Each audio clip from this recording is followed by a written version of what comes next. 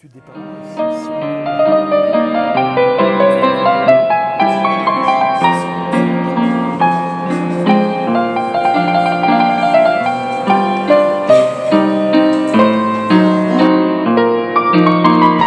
Éric Debarbieu.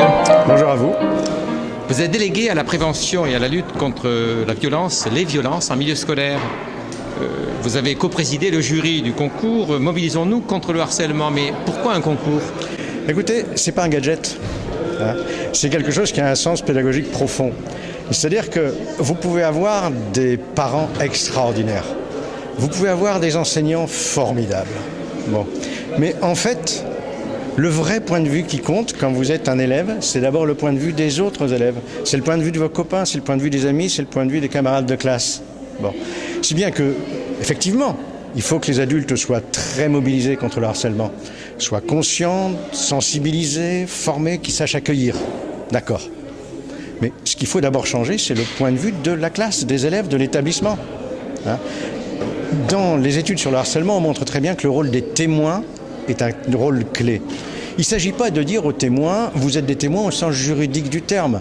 Alors, allez, soyez des balances. C'est pas du tout le message. Ceci dit, ça ne me choque pas qu'un élève qui voit un autre élève malheureux et qui ne sait pas comment réagir par solidarité aille demander de l'aide à un adulte. Je trouve ça tout à fait normal.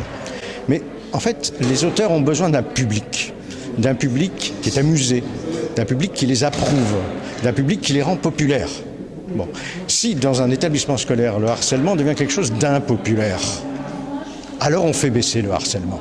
Et c'est exactement ce qui s'est passé d'ailleurs dans les établissements du prix. C'est très intéressant de voir que dans certains établissements, certains élèves qui étaient harcelés, dont on ne le savait pas pour certains, ont osé le dire. Sont devenus un peu presque des vedettes positives. Ce qui fait que le renversement de perspective est important.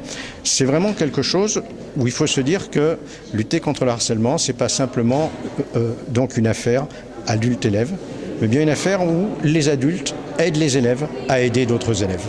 Alors, les adultes vont aider les élèves à aider d'autres élèves, mais en clair, on fonctionne sur le pair, c'est-à-dire l'élève est peut-être un peu plus entendu que ne pourrait l'être éventuellement l'adulte. L'essentiel, c'est vraiment plutôt le groupe qui devient un groupe aidant. Vous voyez, c'est d'ailleurs un principe qui est un vieux principe pédagogique. La pédagogie institutionnelle en parlait déjà. C'est-à-dire comment le groupe peut être un médiateur positif et non pas négatif. Donc évidemment, derrière tout ça, il y a des phénomènes psychosociaux qu'on connaît, dont on essaye de prendre en compte les phénomènes qui se passent, etc. En d'autres termes, vous vous êtes attaché au niveau du jury à privilégier les projets d'établissement qui intégraient cette démarche ? Alors, les projets sont obligatoirement collectifs. Il ne peut pas y avoir de projet individuel dans ce prix. Donc, effectivement, dans les établissements, mais aussi pour certains, ça a été dans des centres sociaux, ce qui peut arriver, ou dans les écoles, bien sûr, ça pouvait être à la pause méridienne ou avec le professeur, peu importe. On avait donc cette obligation de présenter un projet collectif, qui était donc un projet d'un outil de communication. Donc on a vu la qualité de certains de ces outils, qui est assez fantastique pour certains, en vidéo ou en affiche, mais derrière il y a aussi toute la démarche pédagogique. C'est-à-dire, par exemple, comment on est arrivé à une lecture d'images sur des affiches qui ont été faites l'année dernière, sur des vidéos qui avaient été faites par des professionnels, comment on s'est saisi de certains outils qui sont maintenant à disposition, il y en a des centaines, sur le site Agir contre le harcèlement, comment les adultes ont permis l'émergence de la parole, comment ils ont éventuellement techniquement aidé, mais en ne faisant pas à la place d'eux.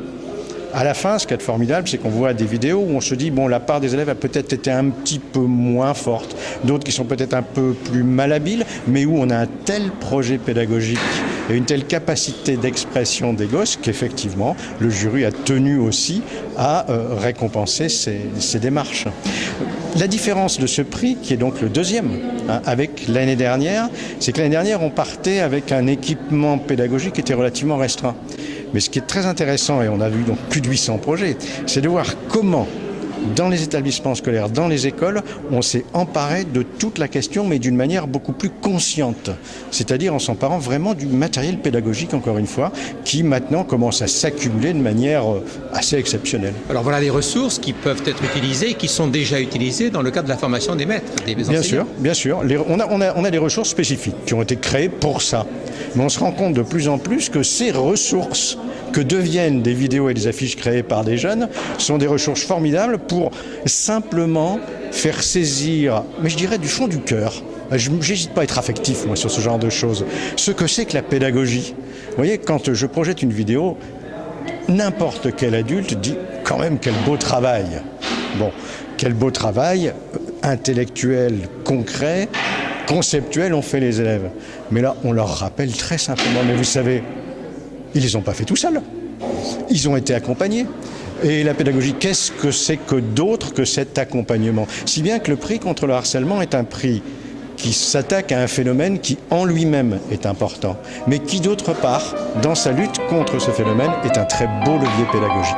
Merci beaucoup Éric Debarbier. Merci à vous.